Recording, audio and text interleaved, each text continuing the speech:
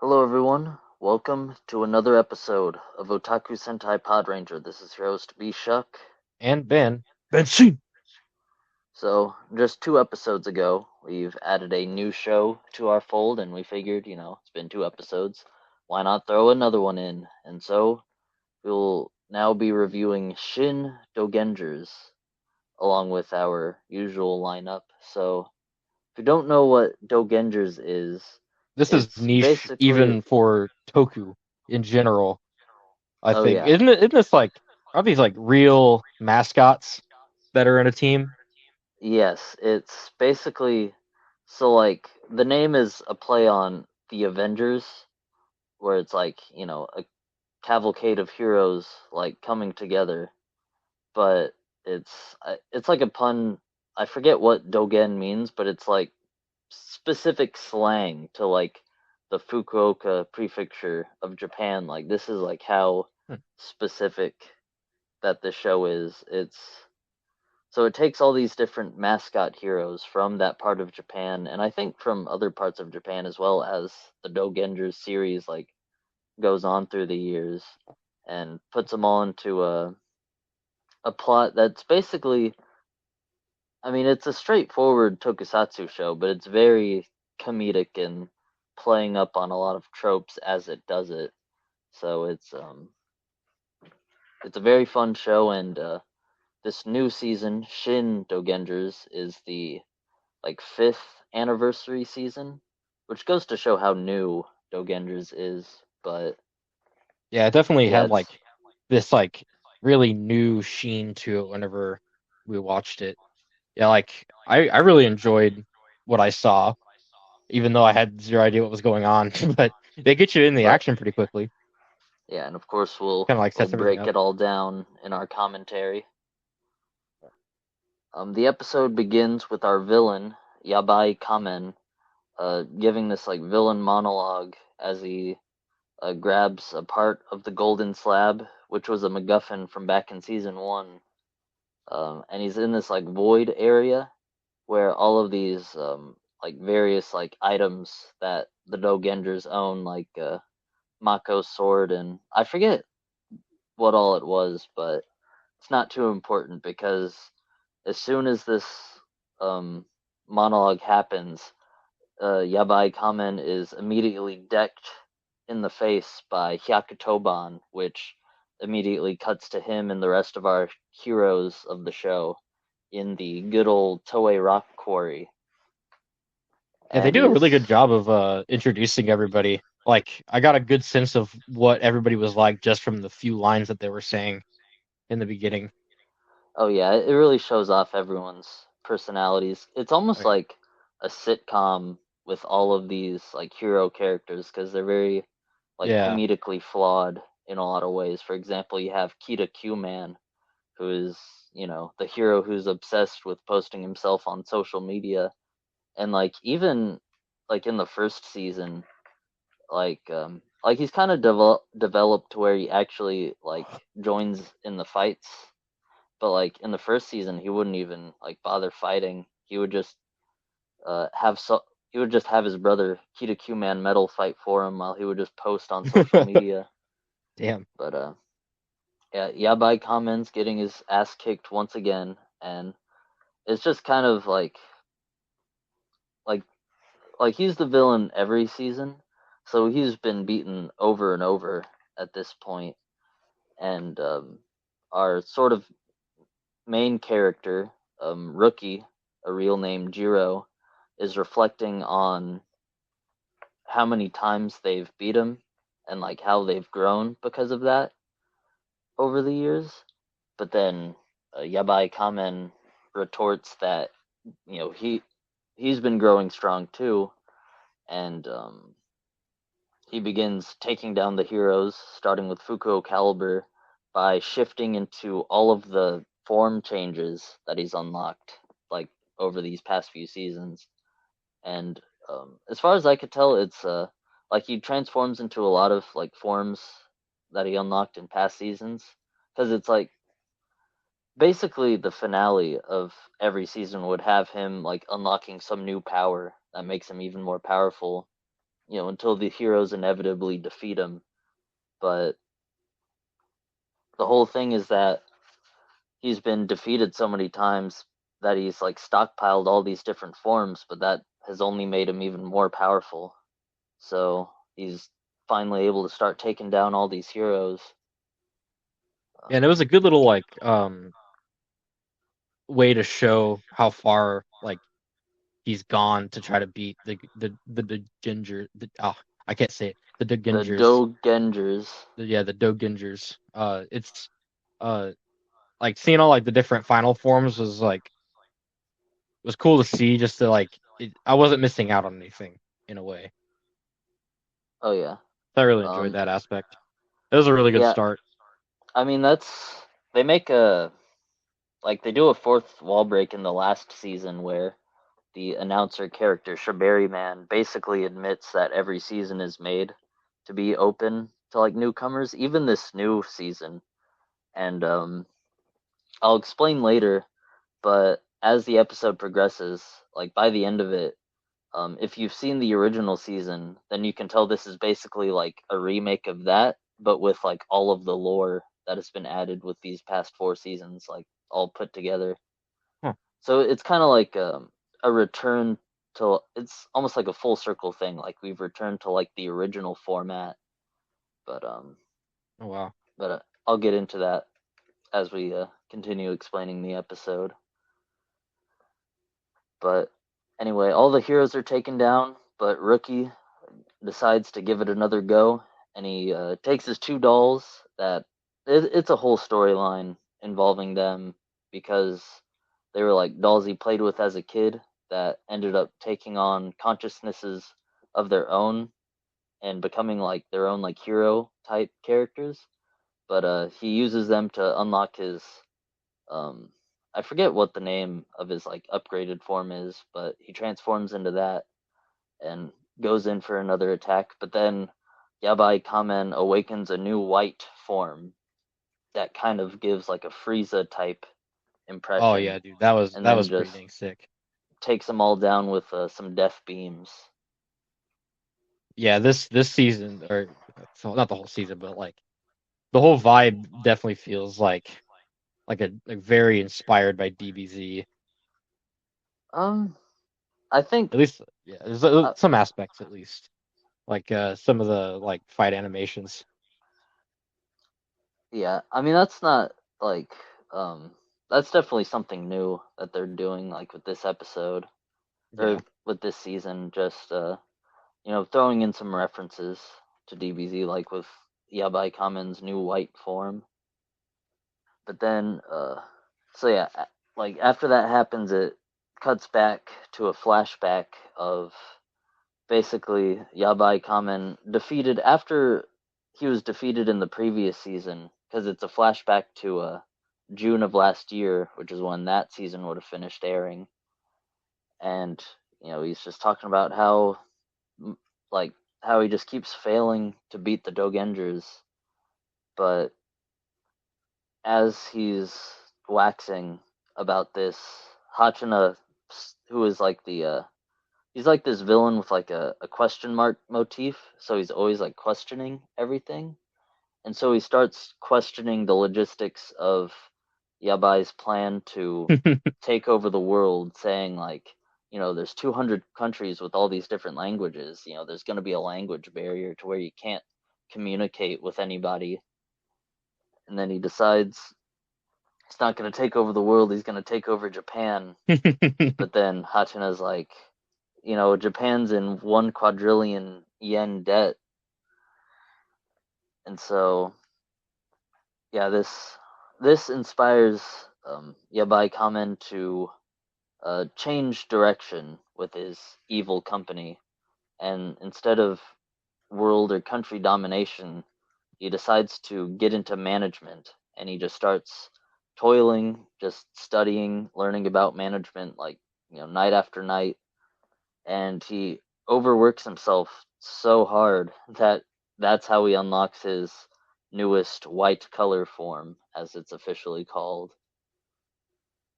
And he reveals that his company has spun off into all these different holding companies, covering different parts, like covering different industries, and essentially taking over the economy of Japan. So the Secret Society of Darkness, as his company was once known, has been officially converted into Secret Society of Darkness Holdings. And so, yeah, that's their Actually, evil it was a plan for this pretty season. yeah, it was a pretty smart move because like at first it was like, okay, well, we're not gonna be able to take over the entire world, but if we were to take control, it's best to do it like through business. So it's like, instead of doing like the governmental route, they went like the corporate route. Oh yeah. I think that was Um, an interesting writing choice. oh yeah. It's like, yeah, it's almost like they've actually decided to do something competent for a change, and so they've actually done something that can effectively outsmart the Dogengers and win in like an unconventional way. But not if Ogaman has anything to say about it. Oh yeah, the goat. Um, oh yeah, he steps in and he steps in to fight Yabai Kamen, and the two are so powered up that they start fighting in like Dragon Ball Z style, where they're like moving super fast and flying everywhere, and everybody's commenting like, "Damn, they've never fought this crazily before. This is entirely unprecedented." And the two begin to have a beam struggle, and the beam struggle causes an explosion that pretty much scatters everybody except for Jiro and Maid Butler. And so this is where it ties back in with the original, because the original Dogengers was basically about Jiro having to regroup the Dogengers who have been scattered throughout Japan. And so it's basically the same template again, where he's got to go on this fetch quest to get everyone back once again. But this time it's, with everything that's happened up to now, like in the mix. So it's like remixed but still new. If that makes any sense. Yeah, But yeah, and that's aside from one cliffhanger of Oga Man getting blown out into space. That's pretty much how the episode ends. And and I cannot tying wait. in, oh, Yeah, yeah, you go ahead. uh, You go t- ahead. yeah, and like even the opening is like nearly like 1-to-1 with the original opening, where it like feels like it feel like there are a lot of like parallels in the visuals and even like how the opening sound, like song structure wise. Like it really does feel like an anniversary season, and yeah, has me really hyped to see how it plays out. Me too. But yeah, it's been hard to watch just because the release schedule's been a little strange. So we'll get to it when we can. Oh yeah, Yeah. there is like the fan subber group that is working on it. Like, I'm guessing they've been busy because they've only subbed one episode so far. But once more episodes start to roll out, we will definitely cover them. But this is all we got for now. Yeah. But still a very good introduction to the season, nonetheless. Definitely I'm a has fan. me definitely has me anticipating more. But until then, we got Kamen Rider Gotchard, episode 46, and we've got pretty big things ramping up with this Oh yeah. one. Black Astrology, Kuragane's Oath. Oh yeah, yep. So as we saw last episode, a surprise announcement to the entire world that chemis are real. The can of worms has been opened, and now the existence of chemis is being discussed by this paranormal live streamer that's basically telling their viewers to like send them any info they have about the chemis, and um, everybody is starting to remember everything that's happened with the chemis. And while that's good for the people who have made friends with chemis that, or glad to remember those bonds they've made. There's also a lot of bad stuff going on because of that, and a lot of tomfoolery going on in society that we'll get into. Yeah, a lot of people are just like the media is against the alchemists, bro. Yeah, it's just messed up. Yeah, the media is against the alchemists, but there's a lot of people that really want the power of the chemis, and it drives a gang to confront Hotaro and Rin to try to take their chemis, and Spanner's looking on as people are collapsing from their memories coming back in full force, and yeah, we'll see what he thinks about this whole chemi business soon enough. Which we know he has See, pretty strong opinions yes, on chemis, and he still yeah, does. And like we see in whenever whenever he and Hodoro got into that argument of of dreams. oh yeah. Um, but anyway, uh, Goriki the Golem, who was like the villain wrestler from episodes 5 and 6, has come back for revenge as the Gorilla Amalgam once again. Yeah, dude, we got a little boss And rush coming up. yeah, so yep. But this time Gotchard is already at his final form, so uh, yeah, shows how much he's upgraded since those early episodes. But he does summon Ant Wrestler as a Gotcha Bro, a clone, to join in on the fight. So we get that little callback. Yeah, that was one of my favorite early episodes right there. Oh Was yeah, Wrestler same. G. That was good. But Goriki. then Galia appears and joins the fray, and she's able to predict his movements, which is pretty tricky. And then she turns a bystander into another past amalgam, the mushroom amalgam. And let's see, something happens where the ant wrestler Gotcha Bro despawns because the two chemis that it's made of loses their rainbow energy. And I forget exactly why that I think happened. I think wasn't it because let me think.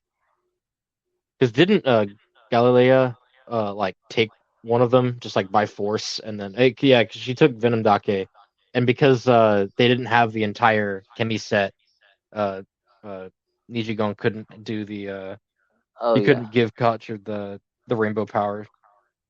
Yeah, So I remember now. It needs Upon taking Venom Dake, it kind of like broke that form. yeah, I remember now. Yeah, it's they need all 101 chemis like in unison basically. Which I wasn't sure at first because I was wondering if that contradicted anything, but I don't think it did. But thankfully, Majade joins the battle to help Gotchard as he's struggling on this. But then Galia puts this weird mark on Majade's hand that's gonna cause some trouble later. But Gotchard tosses her the Excalibur, so we get to. We've pretty much seen almost everyone use it at this point. I like Yeah, how it's like a tool for the whole team, not just Gotchard. yeah. I like how just kind of like X Gotch caliber. I like how like anytime we've seen it be used, like at least like in the later parts of the show, it's always he's like, "Hey, use this." So it's like he's like giving them some of his power, kind of tying into those themes of friendship. So after this fight goes down, and Galia says some cryptic shit and goes off, Atropos catches Reen's attention, but all she does is just wish her luck and then leave. And Rene pleads with her one last time she can't follow Gary on, but Atropos is just too connected with him, and so she goes off. And then it cuts to her with Gary on, who gives her this old um, fairy tale book called The Great Path of Alchemy, along with a new chair. and it flashes back to none other than Fuga reading that book to her as Garyon just looks on, which is a very interesting lore drop. Yeah, this shit. I And was like, wait a minute, they can't be doing what I think they're fucking doing here. yeah, Yeah, we'll yeah, get to that. We'll get to that real soon. yeah. Oh boy, will we. But the story is basically, I guess, tells the history of alchemists and chemies, and it fits with it fits with the Abyssalisk King's description of the chemies being like creatures of plagues, basically, of just being ravenous monsters that cause destruction, and how the alchemists just um, how the alchemists were sworn to fight against them. And so anyway, it cuts back to Hodoro returning to the lab. He's injured from his little fight, didn't go too well, and Spanner is as sure as ever that chemies can't coexist with humans because of this. But Hodoro's chemi friends, Nijigon and Hopper One, don't just want to split with Hodoro so easily. And DG Goat. Minato's basically on Hodoro's side because of how much he reminds him of his old friend who died. So, um, and Yeah, then Minato's Renge, still the goat for that. oh yeah, and of course Renge points out the obvious that the Kamen Riders use the chemis for their powers, and no chemis, no Kamen Riders. So they're kind of a necessary evil, even if you disagree with them. Um, but bad goes to worse as the paranormal streamer reveals the existence of the alchemists, and pretty much immediately a group of paparazzi break into the alchemy lab and just start dogging everyone about um, their connection to Kamen Riders.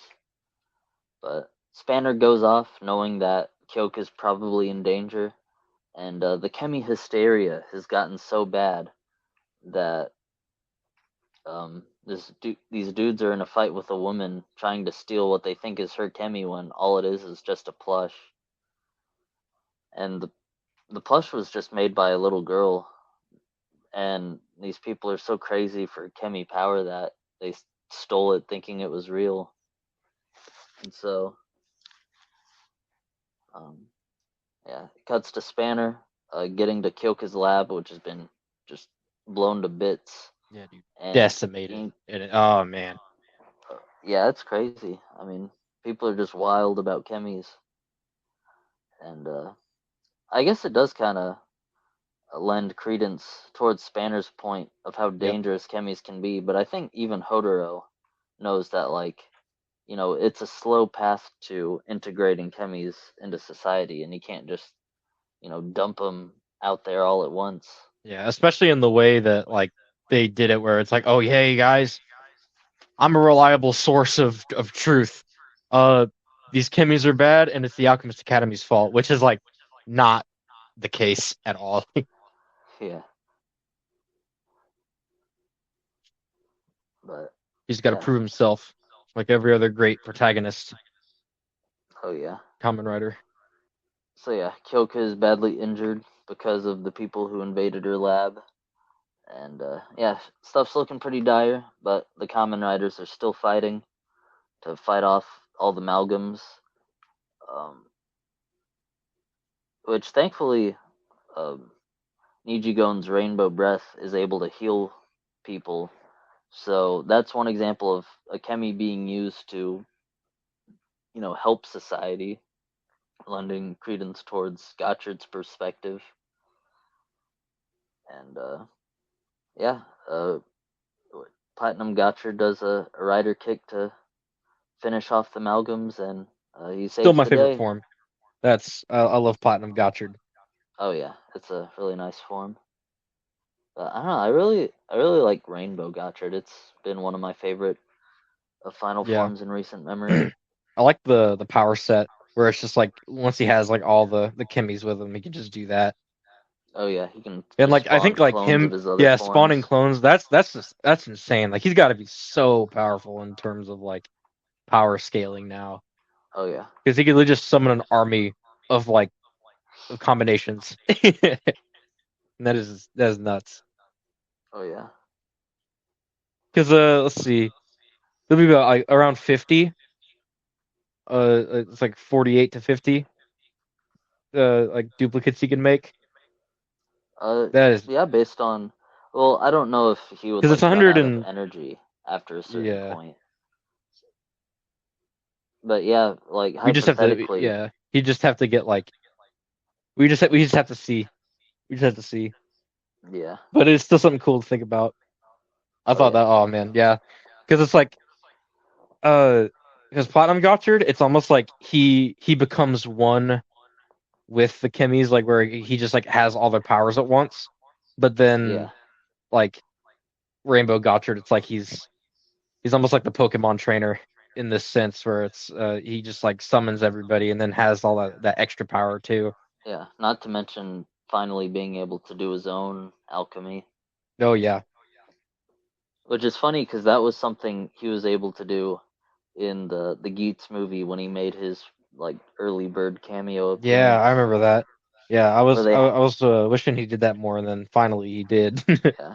Well, that just goes to show like how like different like how much can change like that early on with the planning before the actual show comes out. I guess they decided that it would be too OP for him to have that power right away. Yeah. But anyway, all that is well and good, but this episode ends on one final note where Spanner hijacks Isaac and several other devices to deliver a message apologizing for the Chemis causing trouble and announcing his plans to not only end the Alchemist Academy, but destroy the Chemis as well. Yeah. Yeah, very Oh man. surprised Dark Note. I was like, what the? And Because usually at Reiwa we'd get like at least one of the characters going bad at some point. Like Keiwa last season, like he got a little angry after Buffa killed his sister. But we didn't really get that this season until right here, and like I wasn't even expecting it. 'Cause, like that delayed. It's like, oh, it's too late. They can't do it now. Then they did.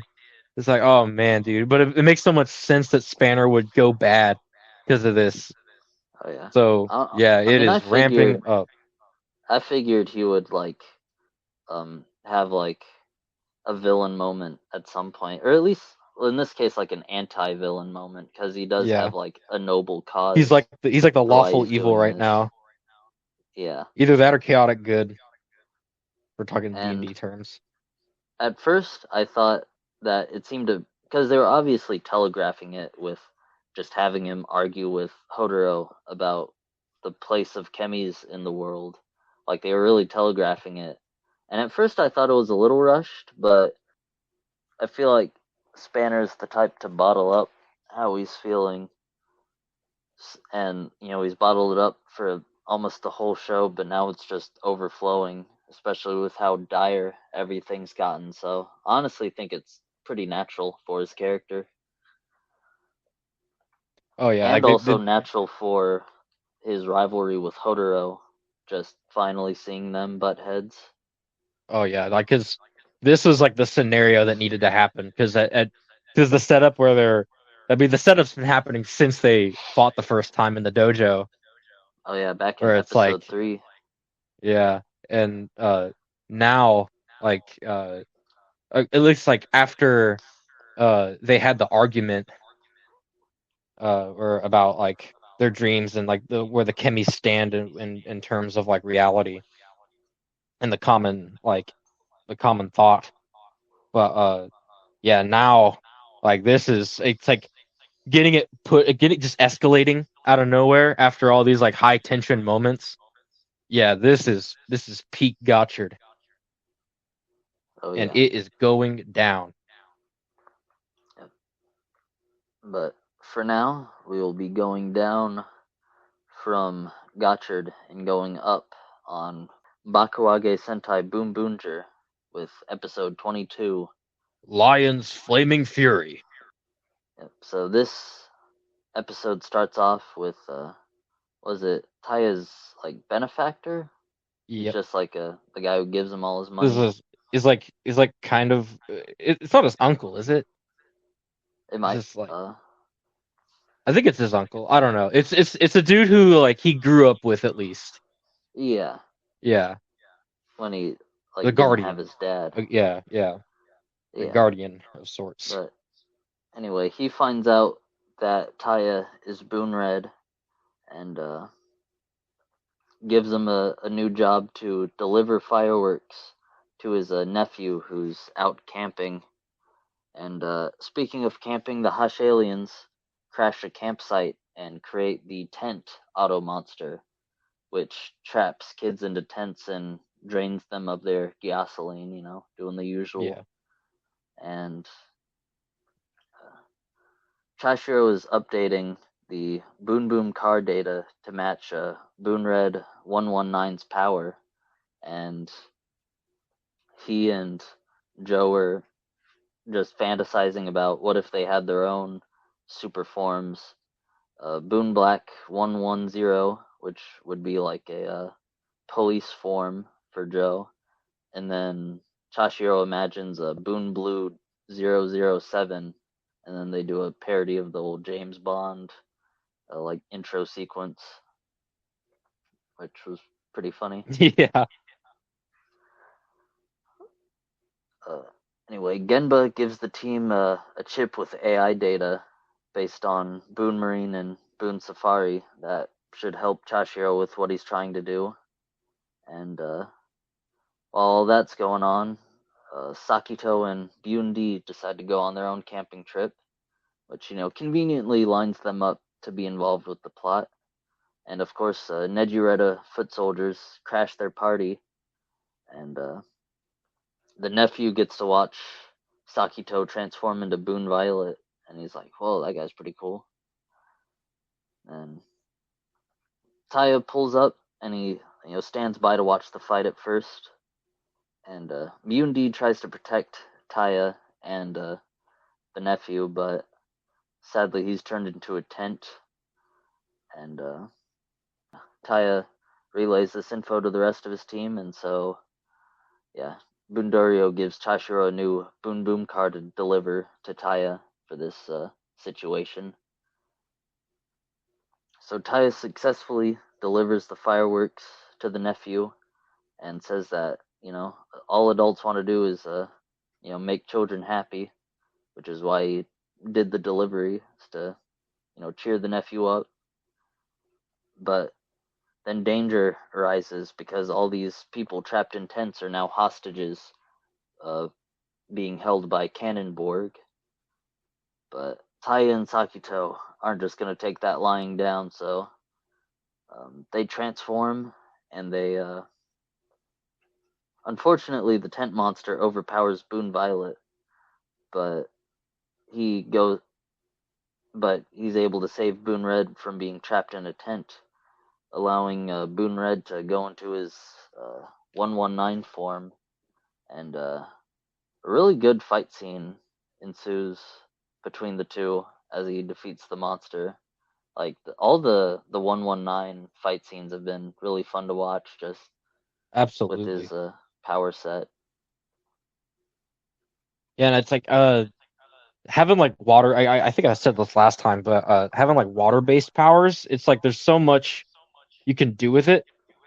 But like anytime like I see like water based abilities, okay, how can they make this look awesome? Because usually like like water based stuff. Say if we talk in like Pokemon terms, like uh, which hot take from me, but Squirtle's my least picked for first gen.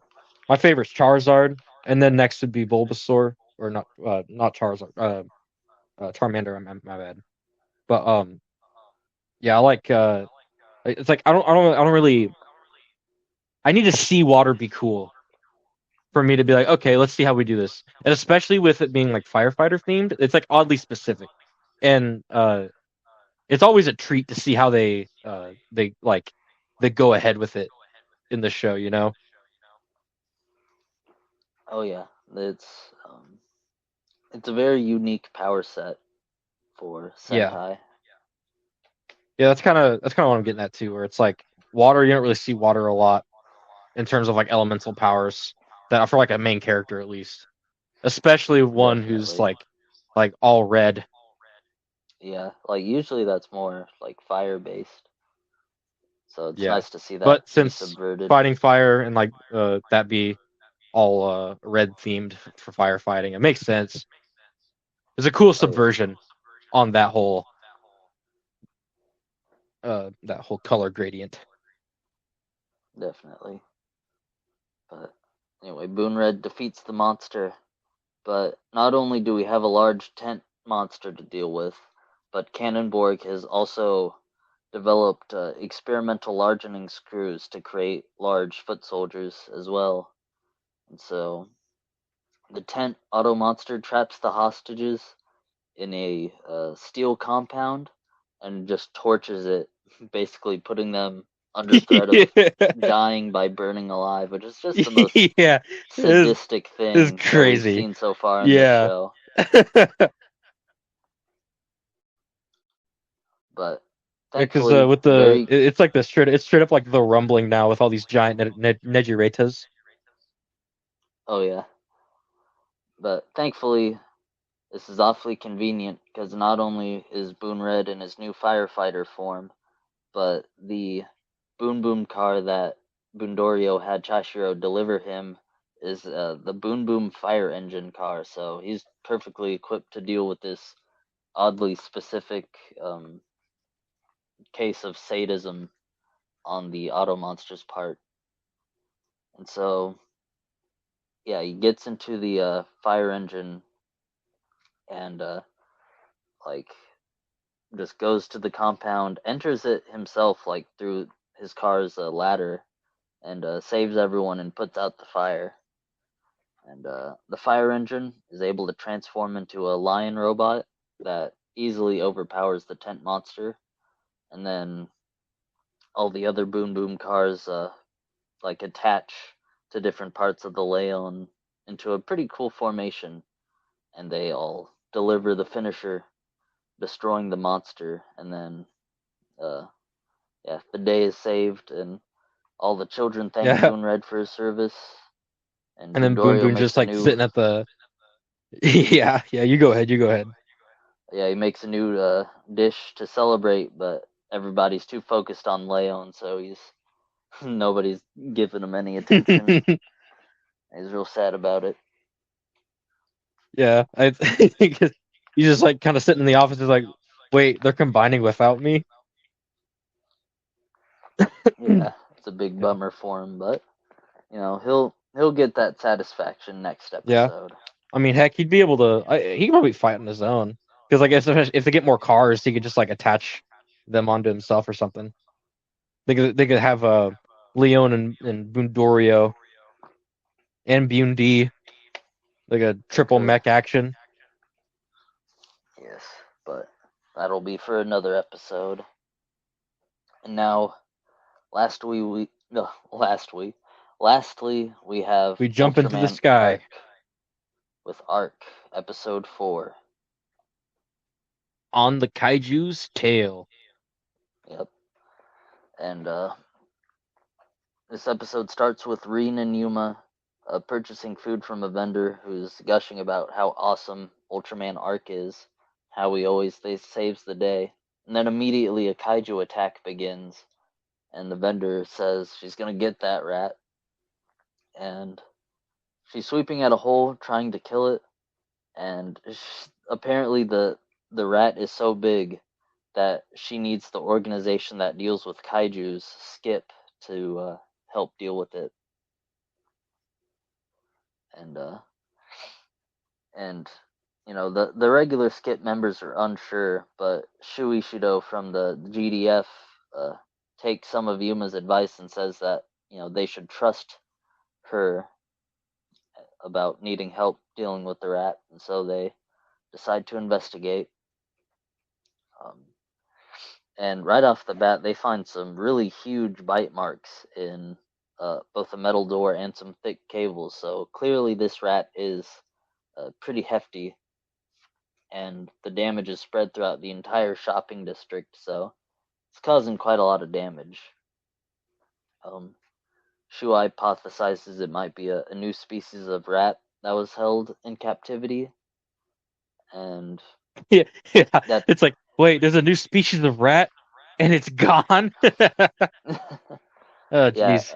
not to mention that it got into the sewer system where it could access the entire shopping district with ease. It's like a nightmare waiting to happen. Yeah. So they group with some scientists that help them try to find the rat, and mention they start talking about this new ore called diamode that's only found in Africa that they've brought to Japan to try to process and refine, not refine. They split up searching for the rat. Meanwhile, Reen is looking in a building where one of the diamode processing plants is, and but the scientist doesn't want her looking into that. That's confidential. But anyway, Reen finds the rat, and it's like human size, and is resonating with the electromagnetic waves of the diamode processor. And um, so Skip are finally able to find info on this rat. It's a new species called electrodent that resonates with electricity, and the rat kaiju begins to absorb the um, it begins to absorb the electricity from the ore processor, and that grows it to become kaiju size. And UP dubs it with the name Nezutron, which yeah, it's a portmanteau of Nezumi, which means rat, and electron. So pretty clever name. Yeah, The I like the scientist. design of this Oh one. This kaiju, yeah, it's just a giant electric giant rat. rat. It's like Pikachu. Yeah. The scientist warns that the diamode is sensitive and can explode with too much force. So Skip, just focus on saving everyone from the destruction as much as they can. And UP even gets to get on some firefighting action like Boon Red, and puts out a fire to enter a destroyed building and save some people. Yuma sees that the scientist is in danger, so he transforms into Arc to begin fighting the kaiju. And meanwhile, UP connects to the generator and finds that it's overheating, and tries to solve that problem.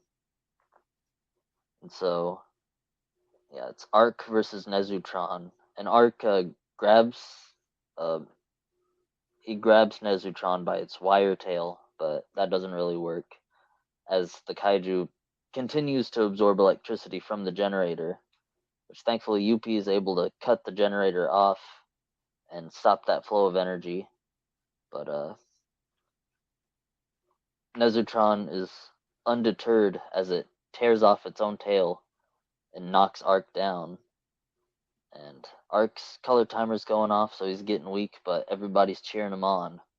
So it's time for Yuma to unleash his imagination again, and he uses the Solaris Cube to awaken his Solaris armor form, which looks really nice. I like how they put like armor on Ultras for these new forms instead of just changing the suit.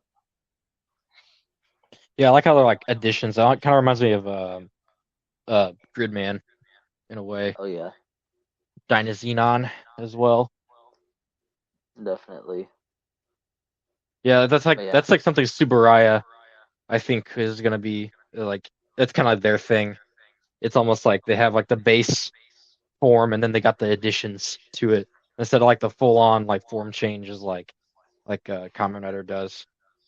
yeah, Because like Sentai, at least like with like Boonboomger, like the 119 Fire Gotchard, 119 Boon Red form, because that was, I think there's like, I don't know, it kind of feels like an addition, but then it has like the materials different, you know.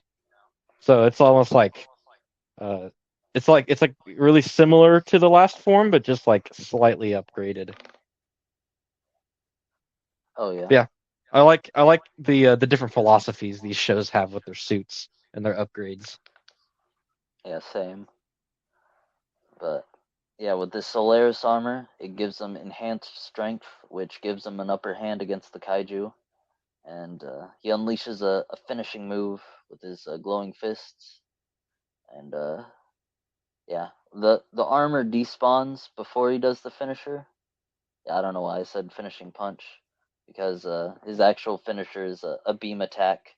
Because he knocks Nezutron up into midair and then blasts it with a beam, saving the day.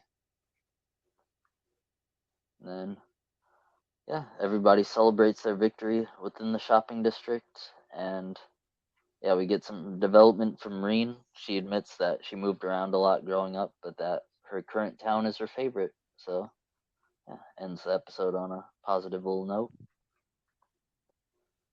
and thus also Good ends episode. our Podranger on a positive note. Yep. Jump into the sky, as they Oh say. yeah, oh yeah, Arcs. Yeah, I have a lot of high hopes for Arc. It's been Yep. fantastic so far.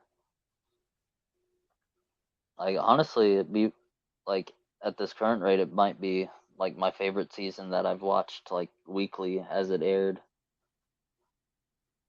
I mean, Yeah, it's nice. pretty Yeah, early on, so it's a bit because early to say that, but you've seen a lot it's been more very solid. Ultraman than I have.